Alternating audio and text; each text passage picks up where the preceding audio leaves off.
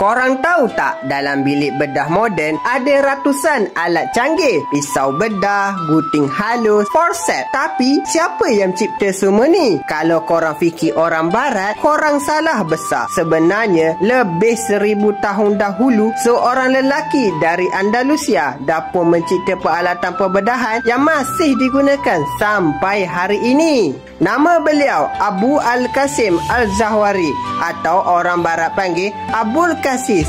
Beliau bukan sekadar doktor biasa, tapi seorang pakar bedah yang mendahului zamannya. Beliau lukis sendiri lebih 200 alat pembedahan dalam bukunya Al-Tasrif. Dan yang paling mengejutkan, rekaannya masih digunakan sampai sekarang. Gunting khas untuk pembedahan, beliau yang cipta. Malah beliau juga orang yang pertama guna benang dari usus haiwan untuk jahitan dalaman, yang akhirnya menjadi asas kepada benang bedah moden yang boleh larut sendiri dalam badan. Tapi ada satu benda yang buat aku betul-betul kagum. Al-Zahwari ada teknik rahsia yang hampir dilupakan.